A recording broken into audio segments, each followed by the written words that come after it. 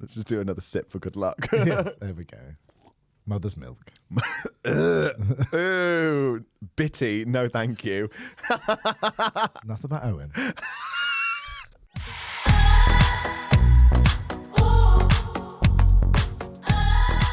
Hey, slag bags.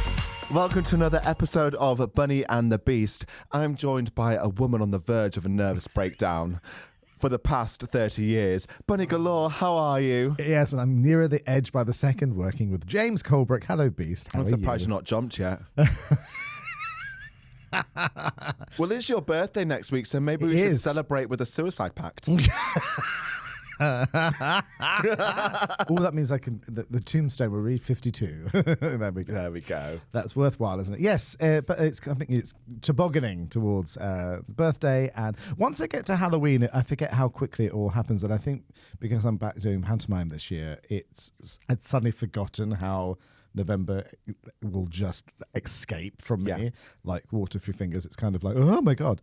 Well, they kind of say now's the time when they're defrosting Mariah Carey and Michael Bublé. You're going back to in the freezer. Me and Elvira were just going back into the freezer. Yeah. Although I do have a Thanksgiving special coming out, which I have no memory filming a few months ago. And just seen the trailer for that just came out, which is the November the 26th, I think. And then the Christmas special.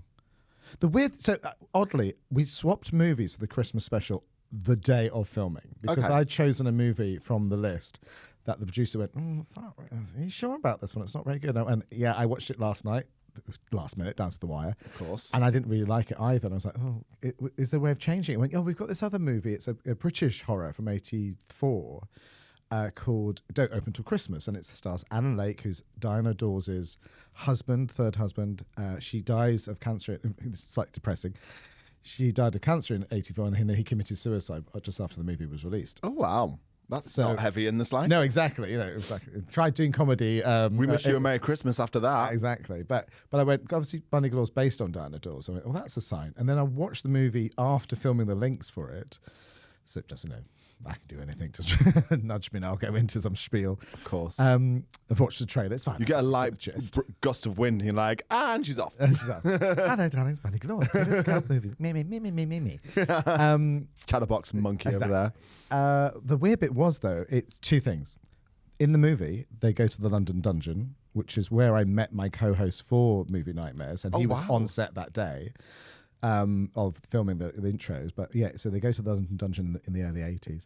Seems to be actually where the fire exit by the staff room. It must have been those days. Must have been more themed down there, but it was the fire exit by the staff room when I was working there in the late 90s, early noughties. And the second thing is they go to the Piccadilly Theatre. Caroline Munro, who's from all the Hammer horror films, she's a Bond girl, and a friend I've worked with on the convention circuit. Was doing a show within the movie. Yeah. But they go into the stage door of Piccadilly and it looks exactly as it does every time I've worked there. I don't know if it is different on Moulin Rouge. Maybe they finally repainted it. I don't know. But I was like, is this like a documentary? What the heck? What part of my life? It's like, what's next? The Adelphi Theatre and James Colebrook. And all the forgotten twinks of time gone by. Yes. They swirl around me like it's a great, not the Great Expectations, Christmas Carol. No, yes. They do. You are the ghost of Christmas Past. I am the ghost of Christmas Twinks, yes. The host of Christmas Twinks. Not Twinkie, by the way. I don't like skinny boys. I don't like skinny boys. No. So not that Twinkie. Which reminds me, I saw a photograph today of you looking Twinkie. I know, right? Good segue. 9... There we go. It's almost like it was planned. If you're watching on YouTube, guys, by the way, this will see. If you've ever seen any photographs of James Colebrook, you will be in shock at the thought of him ever being Twinkie because you're very manly. Well, yeah. So it was 9 years ago. I was at drama school where you were basically dancing 6 hours a day for 5 days a week for 3 years. Yes. Thing no one tells you at drama school is that you do. Yeah. Well, to be fair, actually, the drama school I went to, the principal openly said to a group of girls going, I think it was going home for Christmas, going, remember, girls, got her two fingers up and waved and went, these are your best friends. Stop it. Stop it. It's a well-known story that's what happened. I mean, all those tissue paper stories and things like that. And she once went up to a girl that was in my year, she was doing the solo in a tap piece, a Stephen Mear piece. It was amazing. Went up to hug her and whispered in her ear, "Lose weight, darling." I hate those places so much. No wonder eating disorders are rife within the performing arts industry. But yes, at the time I looked very twinky, but I never thought I did. I look at it in retrospect to go, oh, I was twinky. But because I went to a drama school that was renowned for twinks who were younger than me, and I'm tall and I was much broader than them, I never embraced that. It never crossed my mind. I think I yo-yoed a lot during drama. I see photographs of myself in the second year, and I'm suddenly super, super skinny. But I think it's because of that schedule. Yeah, it's who knew that eating probably a bit less and exercising makes you lose weight. I mean, it's like these secrets they're keeping from us. The secrets: diet and fucking exercise. Yeah. Bloody hell! But we're looking at our artwork. We were just looking at the artwork behind us. They don't went unrecognizable. Obviously, I don't dress Les Bunny 24. That's not a lifestyle choice. It's a calling, really. It's a warning. It's a warning. It's a curse. By the way, that was created at drama school. If you want to know how rebellious and petulant only child I am, Scorpio, Bunny Galore was created at drama school in a rebellion against all that. You have to be a cookie cutter. Yeah. So don't tell me what the fuck to do, because you'll end up as a well, in that photograph, a redhead. But we're just looking at the photograph of James behind us. One, you're brunette in that, and two, you're very smooth, which I've never noticed before. Well, yeah. So I think I need to do a reshoot. I need to go see Leo Holden at Snooty Fox Images. Shout to Leo Holden. Doesn't listen to this, but who knows? He's one of the best photographers. Yeah, great. He's fantastic. He did that shot. I have brown hair. I have no body hair. And now I'm blonde and I've let my chest hair grow out. Wowzers. You look amazing. Got to keep warm for winter. Yeah. It's like an otter. Literally. Yeah. And then spring will come and I'll shed my skin like a snake. And she'll be all new and fresh. Do you shave? Why? Why do you shave? Why do you shave? The quickest way to lose 5% body fat is shave off all your body hair. Oh, it's like the Golden Gate Bridge. I literally have to start at one end, and by the time I get to the other end, like I said a few weeks ago, I just plug my nose and blow. I'm like Play-Doh. Woof. I look like when Simba gets out of the pool in Lion King, shakes his mane, and it puffs out. To be fair, me too. Honey, I've puffed out for many years. Yeah. Pretty, yeah. Yes, for a very, very long time. That image, sorry, I was just going. Yeah. Like the Pink Panther coming out of a spin dryer.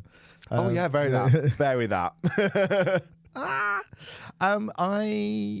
I think you look fantastic smooth. I think you look amazing because obviously it shows everything off. But I mean, I like hairy too. I'm not like on myself. I kind of keep it under control because I always have to shave my chest because of Bunny Galore, really. So I'm trying to keep everything under control, but it is like battening down the hatches on the Titanic slightly. Well, also, the thing is when I don't let go. Yeah. When I do shave my body hair, feedback I've received from a certain somebody is like, oh, it's like sharing a bed with a cactus. Oh, it's like, stop pricking me, and not in the fun way. Exfoliating. Yes, it's like I'm like sandpaper. God, you are. Well, that's just the personality, obviously.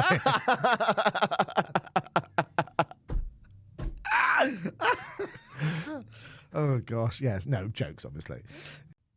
It's more like wire wool. Yeah. I would get laser if I could afford it. Actually, no. Actually, that's a lot. I don't know why I said that. My nose has grown 3 sizes.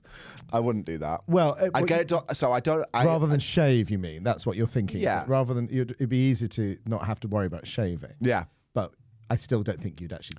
No, I think I like having the option. Yes. I like having the option. Be like, oh, I could be hairy. I can smooth. I can be. As I say, I could be versatile, and you're going to go bullshit, Vivian.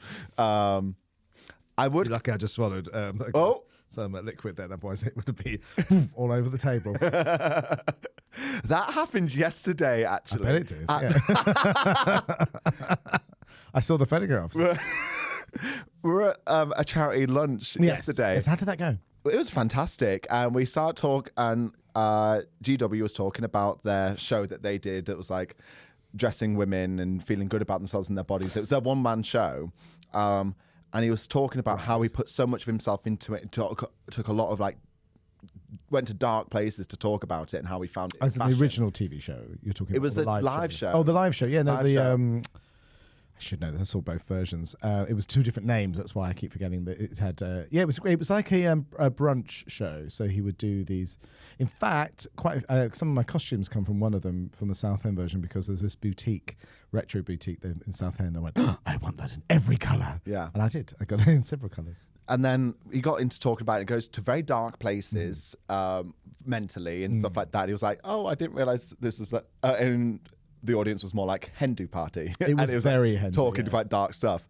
And then Owen, shout out to Owen, this isn't a read, was hilarious because he now writes one-man shows, one-person shows, and he's done them for like Dr. Ranch and wants to do one for Joanne Clifton, etc., etc. And he says the difference is like GW, you put so much of yourself into it. It was so, but it's also so funny. That's the difference to Ranj's show. You didn't do that, but he didn't allow him to finish his point, and GW spurt up his drink all over the table. It was hilarious. I know. Obviously, you had to be that. No, I think you mean he must be talking about the one-man show that he did at theatres. Yes, that one. Sorry, I thought you meant the brunch show. Oh no. That was very. No, it wasn't a brunch show. It was theatres. The theatre. No, I found out I went to see that with Owen in Dartford. Yeah. And he wasn't involved with that artistically. He wasn't really doing that then. That was quite a while ago. It was 2018, I think. And I saw it in Richmond on the opening night, and I just had a root canal, I think. So half my face was like, I literally came straight from the dentist because it was quite. We were all everybody, it was. We were. Well, to be fair, we watched some live theatre now, and it feels like you're having a root canal. Oh gosh, okay. Anything particular that you had in mind? I went to see Old Friends with GW a couple of weeks ago, and that was the Sondheim show. That was amazing, absolutely incredible. Can't think what else. I was in Back to the Future as well for the first time. My little friend Ben wasn't on though that day, but so I need to go back. And I'm going to see Cabaret. Ooh, I've still not seen it. No, nor would I. It's also now just the machine of Cabaret. I don't have 200 quid to spend on a ticket. I've seen every version from about 1991 till now. Okay. So I'm a bit like, any listeners, if you want to gift me and Bunny a trip to Cabaret. Actually, no, not Cabaret. Fuck that. A trip to Sunset Boulevard with Nicole Scherzinger. I do need to go in Sunset. Right, so Sunset's very interesting. So it's my favourite Andrew Lloyd Webber. Mine too. I saw I didn't see Patty. I saw Glenn Close. No, who took over from the first, the second, with Barrowman. She's in Carrie. She's in Carrie as the teacher in the movie Carrie. Betty Buckley. Yes, Betty Buckley. I was going to go Bette Midler, but it wasn't Bette Midler. Yeah. Betty Buckley. She was incredible. She can sing. And she's got, the cheekbones start about at the wings. circle. It's high cheekbones, hands that were just really expressive, which is quite important for Norma, I think. Yeah. And the set, of course, obviously the original set. I was at drama school at the time. It was just incredible. So and I've seen the revival in 2012, and I've seen the Glenn Close revival in 2018, 19? Something like 17, that. 18. Yeah.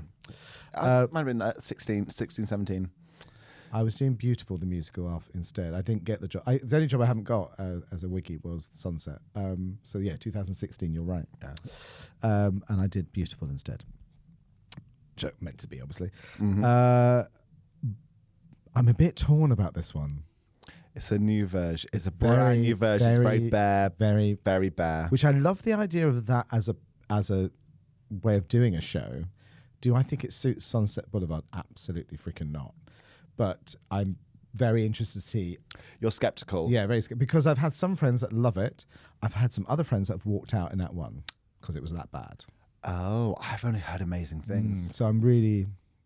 After Halloween, getting out of my spike makeup because I had blood stain on my mouth, I looked like Nicole Scherzinger at the end of Sunset Boulevard, covered in jam for about 4 days. I'm also super confused about that because she shoots him, he falls in a pool. Why is she covered in blood? Yeah, I'm a bit confused about that. Yeah, I think there are some creative license differences. Yeah. Sounds like why are you both covered in loads of blood? She obviously hugs him or something like that and gets it all over, I presume. Or she just eats his heart. Oh, eats his heart, yeah. It sounds very, I don't know. I think you have to go to know. Yeah, or she must cover herself in his blood. You have to go to know. Yeah. I guess it's his blood she's covered in, I presume, is what I'm saying. Yeah, it's his blood. It wouldn't be hers. Yeah, it's not, unless, because she she does the final monologue. I'm interested to see what it is, because if you've not seen any photographs, listeners, of this, it's done literally black box with like a, I can say UV screen behind. LED screen behind, so big TV screen behind. There's some stuff that occurs outside the theatre, that's on camera, that's filmed live and fed onto the screens. So the stuff, it's not, the LED screen is not there as a set. It's there to feed from the live cameras that are feeding. So it's like, because he sings Sunset Boulevard on the street, which is, I love the idea of that. Spoilers, by the way. I love the idea of that. It's I don't know about it. I think if you're going to be bare bones, I think it really it will expose every single flaw in any performance. Put it that way. Well, I've heard Nicole Scherzinger, or Scherzinger, is fantastic. She can sing. She's beautiful. She wears negligee the entire show through. She's stunning. She is stunning. I've heard that, and I've heard she's terrible. Oh. So I think it depends on your taste. If you kind of, I think it probably depends on your age. Yeah.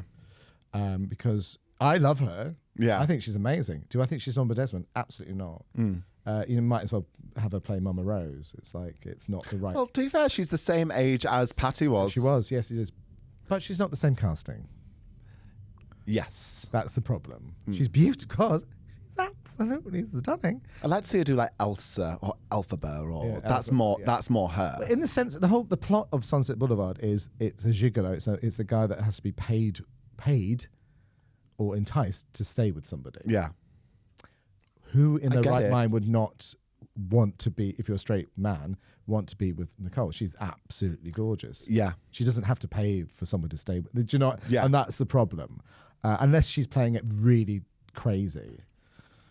Well, look, that's, I think. We'll have to do a trip. We'll have to do a trip out. So, listeners, if you want to gift us, send us tickets, yes, please. There we go. Yes. Get me off those streets turning tricks. Cartwheels. Talking of which, you're about to move soon. Yes, literally. I'm moving to Southwest London this month. Yes. So moving in with a good friend, Betty Toretti. Yes. Or J-Mac, who has been a guest on the pod. Yes, has. Makeup artist. So, you know. Did he do your makeup for Halloween? He did do my makeup for Halloween. It took much longer than we thought. Right. So that was Halloween night itself, was it? No, that was Saturday. It was a Friday. Oh, mixing it up. Went really not. It was a Friday. Friday. I can't think what I was doing on the Friday. I know I was out a lot on Saturday. I think I was out on the Friday as well, but I don't think I was particularly Halloween-y that night. Yeah. I had a gig on the Thursday and the Sunday. Can't think what I was doing the Friday now, but obviously looking at you, just as Spike from Buffy the Vampire Slayer, you looked amazing. Looked just like him, if I say so myself. You did. You looked absolutely incredible. Yeah. What was the party? Was it just a fancy dress? Just a fancy dress party. It was a bit too hetty Ibiza classics for my liking. So then we fucked off to Freedom and had a grand old gay time, as always. Yeah, I bet you did there. As always. And then a load of people came up to me with making crosses with their hands, and someone came up to me and was like, "Oh my God, you look amazing." I was like, someone who I actually knew, like I worked for her. And we chatted for about 10 minutes. Chatted for about 10 minutes. She was like, "Your makeup is amazing. What's your name?" And I went, "Bitch, I worked for you." And she was like, "What?" I went, got my phone out. I was like, "I'm this person." Went, "Oh my God, James." I was like, "Yeah." Also the blonde hair by now as well. Yes, I didn't know he was blonde hair. Yeah. I did a double take when your photograph came up in your Instagram stories. I looked and went, "Oh my God, that is James," because it just looked. It's obviously the prosthetic piece that you had on over your eyebrows. You did. If you don't watch Buffy, when they turn to vampires in Buffy, they facially become a bit more demonic. So they had a prosthetic piece over the bridge of the nose and the eyebrows, the forehead, which I guess is what you were using, and the fangs, obviously, to be so like the demon side of the vampire comes out. So, but it does make people look different, I think. Yeah, it does. That's what it is. It's a prosthetic. It molds your face. It changes the outline of your face and changes the texture of it, and doesn't make it as flat. Yes. Not that I've got a flat face, but makes it bumpy. Makes it. Makes it fangs. Did you have fangs in as well? Yes, they took a fucking putting those in. They're fiddly, aren't they? They're fiddly as hell, and it's like I've not worn them for years, but they're really fiddly. And it Did they stay in? Well, they did eventually. What did you use in the end? Glue. Right. So it was glue that you melted down, put it into the fang, and then you had to push it up and hold it. Yeah. But it never stayed in. You had to wait for it to go like lukewarm, so it's a bit hard. Yeah. I'd had to hold it in, and then like I used my tongue. I'm very gifted with my tongue. I've heard. I'm great at licking lollipops. Yeah. And I had to use my tongue to like move the glue up onto my gum where it then stuck. And then it stayed for a few hours. And then on the tracks home, I was like, get them out, done. And then I started ripping off the prosthetics. I was like, yeah, it's a bit much, isn't it? I used to. Funny if this came up in conversation. I was talking about meeting Ingrid Pitt, who was the Hammer horror star, and we did at the London Dungeon. My favourite memory of working there was doing a promo for this new Hammer movie, which never happened, unfortunately. But it had 3 of the it was Caroline Munro, funny enough, but before I worked with her, before I was a horror host, so this is like 20 years ago, Ingrid Pitt and Veronica Carlson. So they're all people from the Hammer Dracula movies and things like that. And but me and another girl were dressed as vampires to kind of be there for the photo shoots. You just have those proudest moments. Yeah. It's just a great photograph. But I remember trying to put the fangs in really quickly because we wouldn't wear those in the dungeon because we weren't playing vampires. We were playing historical characters. Yeah. But it was fun to do that. But it was like putting the fang. I know exactly what you mean. Yeah, I think I've still got them somewhere. But I remember fiddly as hell. Yeah, really fiddly. And I think I still had the glue all over me. I was trying to shake their hands and meet them. It was like, hi, lovely to meet you. And like one's hanging out. Yeah, like oh my god, just covered in stuff. It's like they're hard. It's hard. Literally been talking about this week, that photograph. I'd also appreciate this is segueing away from Halloween, but how I'm moving. How dare you? I know. It's over. Stop trying to make it happen. It's not going to happen. I am Halloweened out, but it always happens. By the time I get to Halloween 31st, I'm literally like completely Halloweened out. Yeah. Normally I'm just stay at home and watch my own TV special, but it came out on a few days early, so I wasn't that sad this time. No, it's all done. Because I am moving and I am approaching my age of 30. Yes, it's happening. Mm-hmm. I felt a huge amount of growth today. Go on. He said skeptically. Can't even say it without laughing. Well, the thing is, obviously yesterday it was like a bottomless lunch thing all day. It was topless as well. I was there. It's fine. when time to time. Yeah. And then around 8 o'clock, we ended up at the Groucho Club, and then people fucked off to where they needed to go. Some people wanted to go home and disappear, and some people had to go to Manchester because they had work the next morning at 5 a.m. I know, right? Ouch. So me and Owen were like, okay, let's go get some food. We need some food. So we went to La Porchetta Pollo Bar. It's our favourite new Italian. In Compton Street. It's very New York, isn't it? It's very fast. And it's very like, what do you want? Yeah. Like old Soho, where they just yell at you. What do you want? They basically throw the pizza at you and you dodge. But the food is amazing and cheap. Oh my God, it's my new favourite place. So shout out any Londoners, go to La Porchetta Pollo Bar. Compton Street, fantastic. Carbonara is fantastic. Oh, bolognese. Decided to have a bottle of red wine after drinking bubbles all day. So, yes, and margarita fizzes and all that stuff. So I cannot remember getting home. Who with? No one. I don't go home with anybody. Well, just one. Just one. Yes, just one. I remember getting into bed and watching the Morgan Freeman version of Planet Earth, and then I woke up this morning. I was like, oh God. And then Owen texted me going, just letting you know, you're amazing. I love when he sends me messages like this. I know. I felt a crack in the earth. I was like terrified at this news. And I was like, oh, you're amazing too. He's like, no, I'm not, because I went out to Freedom till 3 a.m. Wowzers. And I was like, oh, I had the option to go to Freedom, and I would have drunkenly turned it down. Wow. And that is, my friend, growth. That is growth. Yes, it is. I, on the other hand, was out at the Busy Lady Bingo, and then decided to go to Halfway to Heaven, and then The Alchemist, and then I was with Joel Ryder, photographer, Prince of Soho, the photographer extraordinaire. That's Jasper. The Princess. Wow. Well, yeah. Jasper's the Prince of Soho. Probably is now. Yeah. Joel has given. He stopped. Being. He was the photographer of every gay venue in town for a very long time. So that's why I always call him the Prince of Soho, because you can't go 2 steps in Soho without 70,000 people saying hello to him. Yeah. But I think I got home from Joel's at about 4 a.m. because we were just up putting the worlds to right. It was very lovely. But somehow I don't have a hangover today, and I don't know why. It's going to hit you soon. Yeah. It'll hit you any moment now. Yeah, and I was drinking port after vodka, so I'm amazed. I was about to say that's a Christmas drink, but it's basically Christmas season. Great for your voice. Is it? Yeah. It's a musical theatre hack, drink a glass of port if you're having a sore throat. That just sounds like alcoholism. I think it numbs the throat. Which I'm really up for. Yeah. Anything with alcohol, honey, I took the alcohol for deodorant sticks. You're asking the wrong gal. I know, I was beginning to worry that my how can I put this? Somebody, I've had a bit judged about my life I put on my Instagram, and thought maybe I do, because I kind of just do it willy-nilly when I'm out kind of with friends, mainly to tag other people, so we're out, But I do worry sometimes I'm looking like I'm always out drinking with beautiful young men dancing around me. That's because you are. Exactly. I just want to make that point. Look at me, I'm out all the time with my young hot friends, getting drunk and Larry and judging people.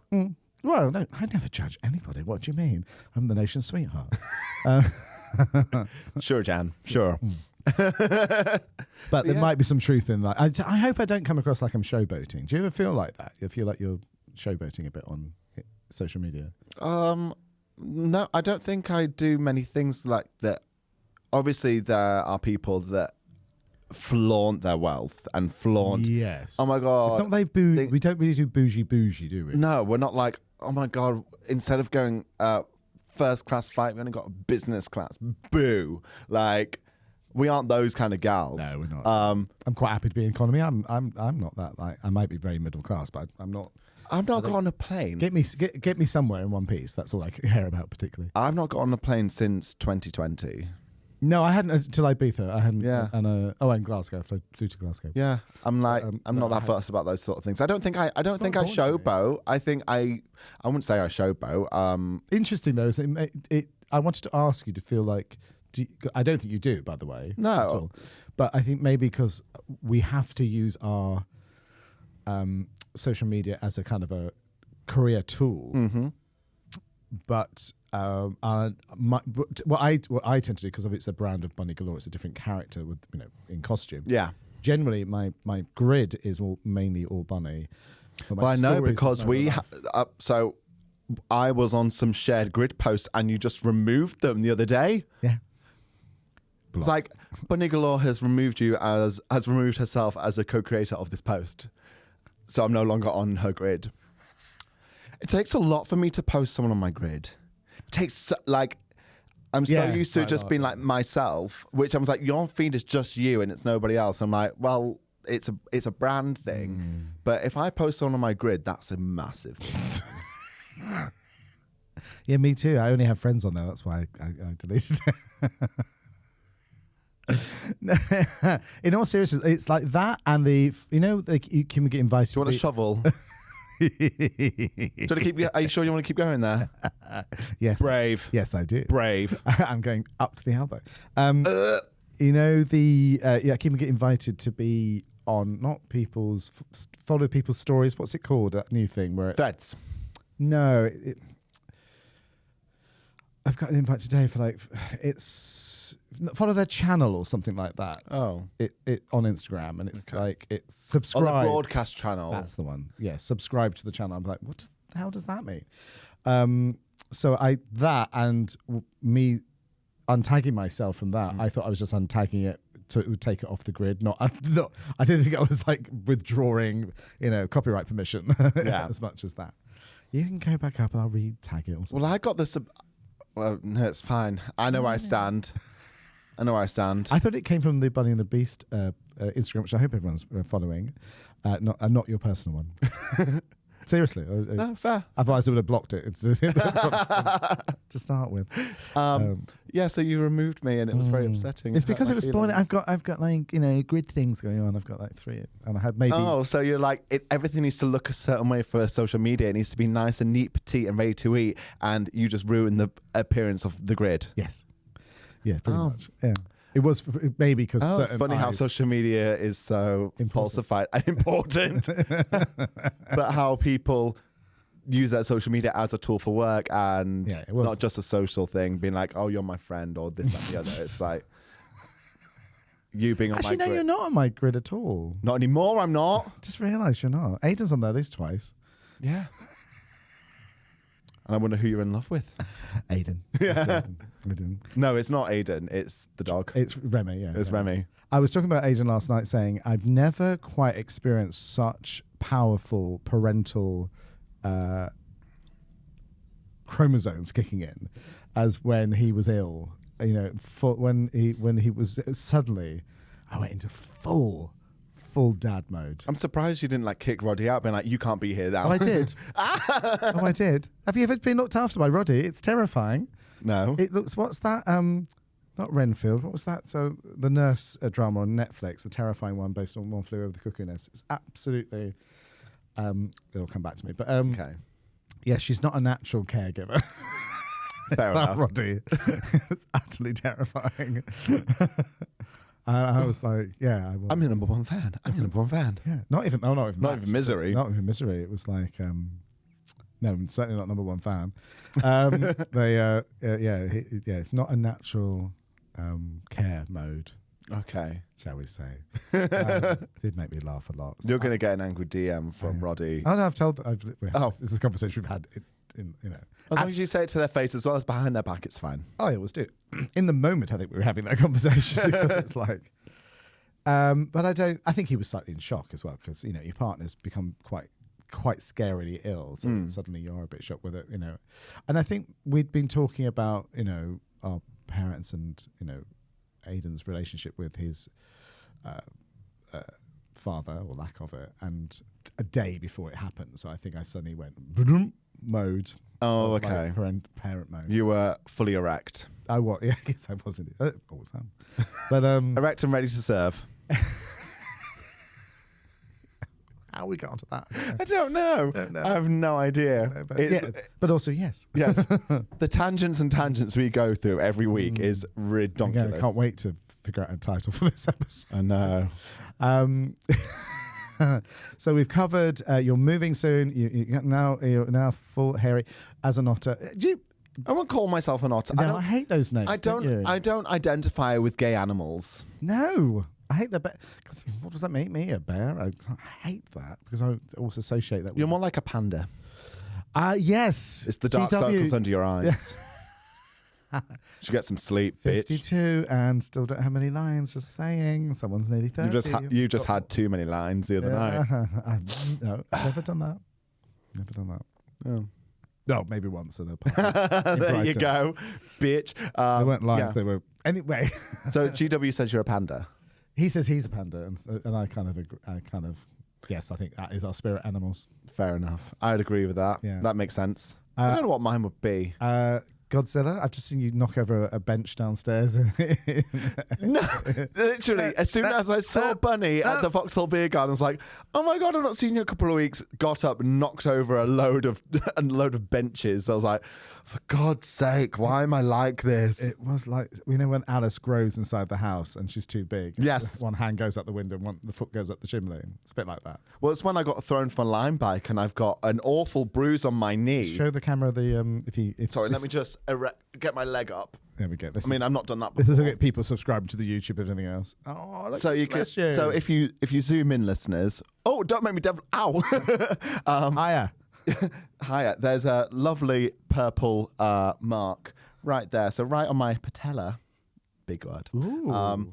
And that's very big. But how do you know these things? PT, bitch. Yeah. That's where it really hurts. But round here, where it's actually bruised, it kind of looks like a mouth. It looks like I've been bitten. It does. It does look like a bite, doesn't it? It's a zombie bite. I've heard of foot fetish. I've not heard of knee fetishes. No. Apparently, I've got someone interested in me with hand fetish. Weirdly, for the TV show, he apparently he's writing into the producers and going, "He likes my hands." I don't know why, but yeah. So I got thrown from a line back. That be careful of your brakes, listeners, because I touched mine lightly and it threw me off the road into the pavement, into a massive 6-foot metal sign where it's like "Work ahead." How's the sign? That's what I was. There's now a human-sized outline through it, like the Kool-Aid Man. Yeah, Warner Brothers. Oh yeah, cartoon. Literally, it's like Tom and Jerry trying to escape. They into run a out. frying pan. You know when they go through the other side of the frying pan, you can see the indentation. That's very you, darling. I know. I'm accident. Maybe our spirit animal is a bull in a china shop. Yes. There we go. And everything around me is the china. Just the world's made of china, and I'm. God, I feel like that. I'm a dainty china dish, and you're like, I'm dainty and sweet. It's really endearing. Yeah. No. On that note, yes, if you're going to be an animal, an inanimate object in the Beast Castle today, what would you be and why? Why? Well, if you're the bull, I'm going to be a red cape that waves in front of you to antagonise you. Come on, that's the basis of the Paso Doble. Yeah, we should do Strictly Together. The Paso Doble. You need to be famous to do that. Exactly. So I won't see you there. No. No. I was about to ask you if you would ever do I'm a Celebrity, but like I would. Honey, what don't I eat? Half a Soho. I walked right into that one. Half a Freedom. Half a Freedom. No one's safe there. I would riddle something there. No, thank you. Oh, yeah. It'll be a one-stop shop to the clinic after that. It will be. So red flag, obviously, in front of... well, you are a red flag, obviously, but... Wow. And I'm going to be a new set of knees. Oh, yeah, bionic knees. Because mine are burnt out. They need to be refixed and rejigged and WD-40'd, all that stuff. Oh, I'm falling apart. I don't even want to look at the state of them. They're a mess. Absolute mess. Which is fitting. It is. It's on brand, isn't it? It's on brand. Well, there we go, darlings. Well, so come and join us next week. It's a special episode next Thursday because it's my birthday, and we're not having a party so much as we're just gonna like probably celebrate 70 years. Yeah, dig the grave. See you next time, listeners.